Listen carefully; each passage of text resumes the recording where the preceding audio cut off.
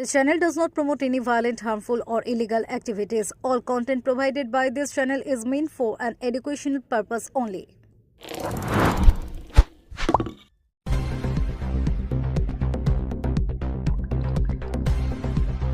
চুঁচুড়ায় vote পরবর্তী অশান্তি থামার নাম নেই।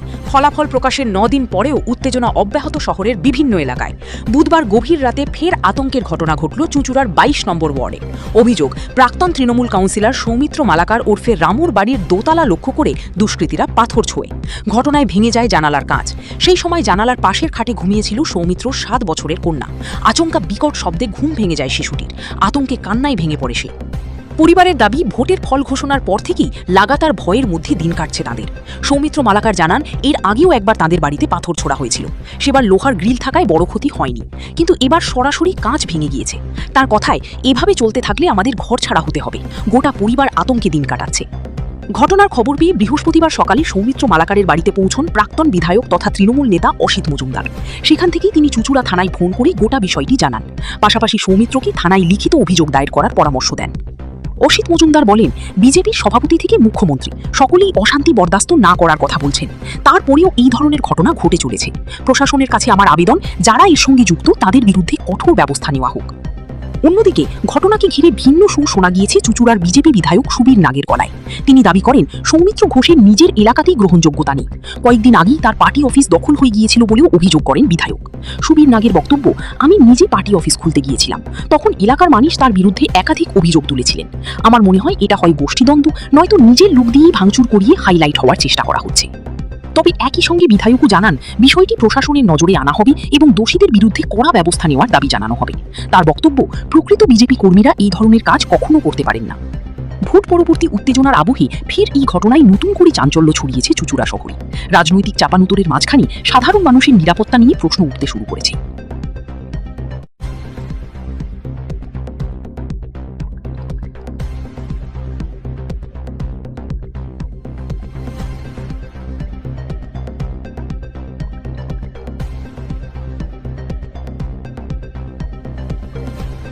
দুদিন ধরেই হচ্ছে এরকম। এবার আমার কাকা ভর্তি আছে হসপিটালে, একটা মেজর অপারেশন হয়েছে। যখন অপারেশন করে আমরা আসি রাত্রি, তখন দুটো আমরা আসি, পাড়ার লোকরা আমরা আসি, খাওয়া দাওয়া করে একটু রেস্ট নিয়ে ঘুমাবো। তখন 2:30 নাগাদ বিভৎস জোর আওয়াজ হলো। তখন এবার উঠে দেখি যে গ্রিলটাতে আওয়াজ হলো। পশু আগের দিন মেরেছিল, গ্রিলটাতে মেরেছিল, মানে কাজটা ভাঙেনি, টাকা নিয়েছিল কাজটা।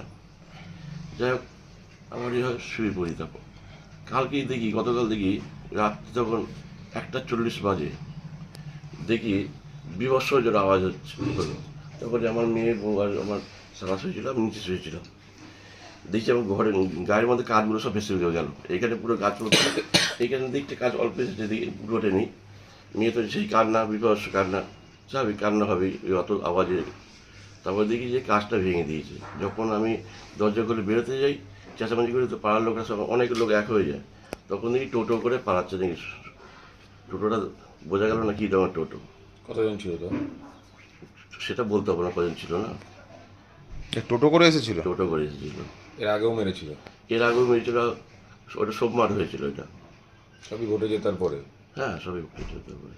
কারা করছে এরকম মনে হয়? এবার কী করে বলো কারা করছে বলো? আমি তো একটা রাজনীতি করি।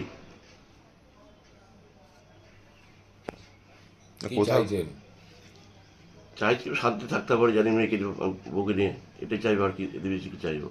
ঘরের ভিতরে কাঁচটা যেখানে দেখা যাচ্ছে, পিছনে আপনার বাচ্চাও তো শুয়েছিল। সেটাই তো আমার অবাক কাণ্ড। ওইটাই তো আমরা ভয় পাচ্ছি না, এ পরবর্তী আবার না হয়। পাথর তো বিছানায় এসে পড়তে পারতো। পাথর তো নিচে পড়েছিল, পাথর পড়েছিল, কাজ পড়েছিল। কাজ এখনও আছে, দেখুন। ওই যে আমি, এই যে আমার যেখানে শুয়েছিলাম, এখনও আমি এটা রাখলাম। এর আগের দিন কি থানায় জানিয়েছিলেন? না, সেরকম যায় না। আমি সামান্য কিছু লোক হয়েছে, এখন বাড়িতে পেশেন্ট, ডাক্তার 8 সময় দিয়েছে। আজকে এই 6টা বাজলে, 12টা বাজলে 48 ঘন্টা হবে। পেশেন্টের অবস্থা খুব খারাপ। হ্যাঁ, সেই নিয়ে আমার কাকায় ভর্তি আছে, আইসিইউতে ভর্তি আছে। কি নাম দাদা? আমার নাম সৌমিত্র মালাকার। এরপরে এক চুঁচুড়া এই ঘটনা ঘটছে, একই জিনিস, কি বলবেন? দেখুন, কালকে রাত্রে 2টো নাগাদ, 2:15 রামু ফোন করেছিল। আমি তো রাত্রেবেলা 12টার পর সাইলেন্ট করে দিই। আমি সকালবেলা ঘুম থেকে উঠে দেখছি, প্রথম ফোনগুলো চেক করি, চেক করতে যে রাত্রি 2টো দেখে আমি ঘাবড়ে গেলাম। আমি বললাম, নিশ্চয়ই কিছু হয়েছে। আমি ফোন করলাম, বললো দাদা এই অবস্থা। তো এটা ভোটের পর বিভিন্ন জায়গায় চলছে। আমরা আইসির কাছে ডেপুটেশন দিয়েছি, আপনাদের নিয়ে প্রেস কনফারেন্স করেছি, আমি বিজেপির নেতৃত্বের কাছে আবেদন করেছি যাতে তারা শান্তি ফিরিয়ে আনার ব্যবস্থা করে, কারণ রাজধর্ম পালন করতে হবে। এবং আমি আবারও বলছি, আগেও বলেছি, যে রাজ্য বিজেপির সভাপতি এবং গতকাল মুখ্যমন্ত্রীও আবেদন করছেন। আমি জানি না যারা বিজেপির সভাপতির কথা শুনছে না, মুখ্যমন্ত্রীর কথা শুনছে না, তারা কারা। তারা যেই হোক, তারা সমাজ বিরোধী। পার্টির রং যাই লাগুক, তারা সমাজ বিরোধী। এই সমাজ বিরোধী দৌরাত্ম্য আমি 2011-র পর চুঁচুড়ায় টোটাল বন্ধ করে দিয়েছিলাম। কোনো সমাজ বিরোধী দৌরাত্ম্য ছিল না। আবার এই সরকার আসার পর এগুলো চালু হয়েছে। আমি আইসিকে ফোন করেছি, আইসিকে ইন ডিটেলস বলেছি, এবং আইসি বলেছেন 12টায় রামুকে থানায় যেতে উনি ডায়েরি নেবেন। আমি পুলিশ প্রশাসন এবং বিজেপির যারা সরকার পরিচালনা করছেন, রাজধর্ম পালন করছেন, তাদের কাছেও আবেদন করব যে কোনো দলের কর্মী, তার বাড়ির লোক, তার শিশু, তার স্ত্রী, তার মা বাবা, তারা তো কোনো অন্যায় করেনি। বাড়ির উপর হামলা করা মানে কি? পুরো পরিবারের উপর হামলা। এই পারিবারিক হামলা যাতে না হয়, এবং কোনো অবস্থাতেই কোনো ইনসিডেন্ট, কোনো ক্রিমিনাল অ্যাক্টিভিটি, কোনো সমাজবিরোধী দৌরাত্ম্য যাতে না হয়, পুলিশ প্রশাসনকে আমি কড়া হাতে দেখবার জন্য অনুরোধ করব। এবং মাননীয় সভাপতি বিজেপির রাজ্যের, তিনি যে আবেদন করছেন, সেই আবেদনে সাড়া দেওয়ার জন্য আমি অনুরোধ করব। ফলাফল বেরোনোর পর এই সৌমিত্র মালাকারের পার্টি অফিসেই তালা ঝুলিয়েছিল এলাকার বিজয়ী প্রার্থী বিজেপির এখন যিনি বিধায়ক, তিনি এসে খুলে দিয়ে গিয়েছিলেন। আমি এটা কি মনে হয়, এগুলো কি আইওয়াস? বিধায়ক, সে তো আমারও বিধায়ক।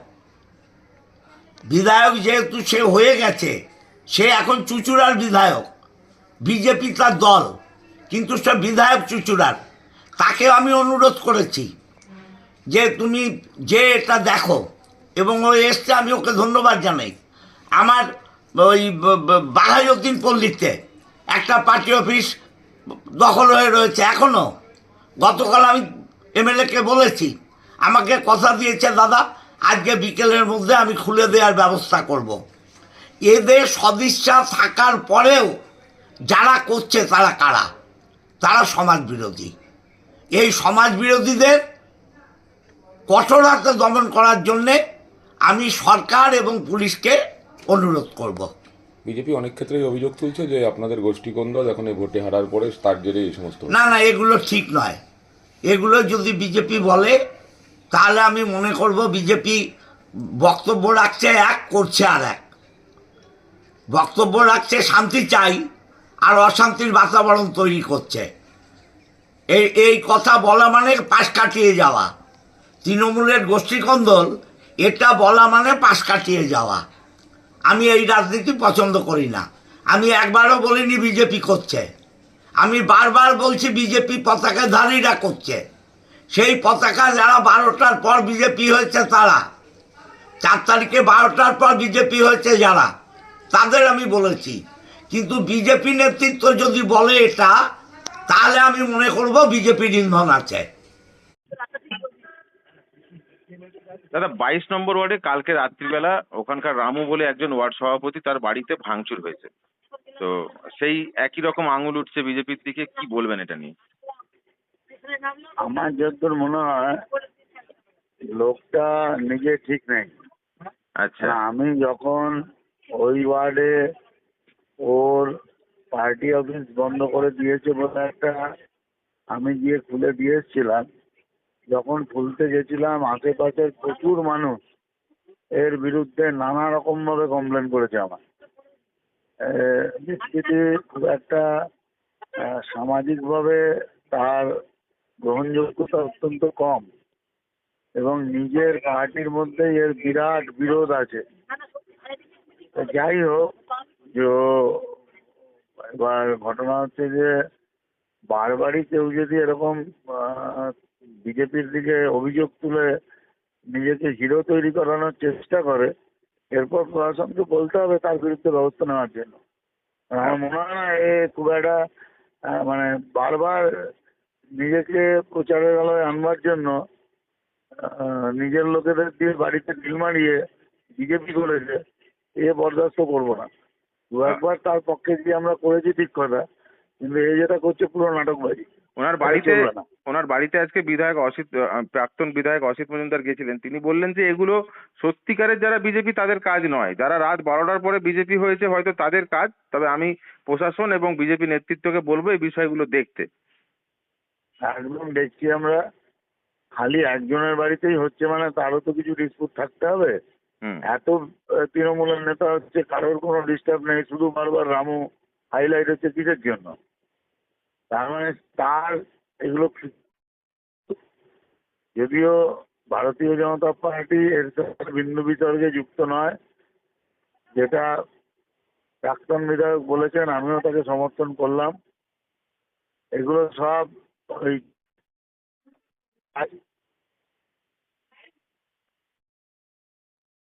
এই জাতীয় কোনো কিছু হলে অবশ্যই আমরা প্রশাসনকে তার উপযুক্ত ব্যবস্থা নেওয়ার জন্য আবেদন করছি। কোথাও কি মনে হচ্ছে যে গোষ্ঠীদ্বন্দ্ব থেকে এরকম হচ্ছে? হ্যাঁ, এদের বিরুদ্ধে তো তৃণমূলের প্রচুর লোকের বিরাট ক্ষোভ ছিল, সেই সময় কিছু করতে পারেনি। এদের দাদাগিরি এবং অন্যান্য মানুষের প্রতি চাপ সৃষ্টি, সেটা তো এদের নিজের দলের লোকের ওপরও ছিল। আজকে সরকার পরিবর্তন হওয়ার পর অনেক তৃণমূলের লোকেরও এদের প্রতি ক্ষোভ আছে। তারা কেউ বিজেপির পতাকা কাঁধে নিয়েও এসব করছে। ওকে দাদা, ধন্যবাদ দাদা।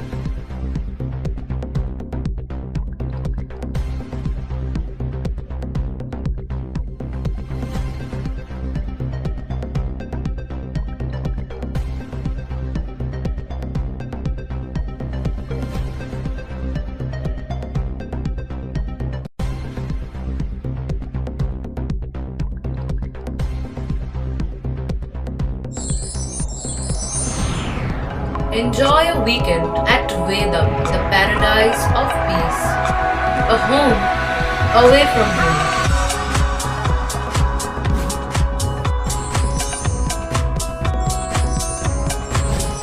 See yourself resonating with the nature. Vedam welcomes you to create your best memories.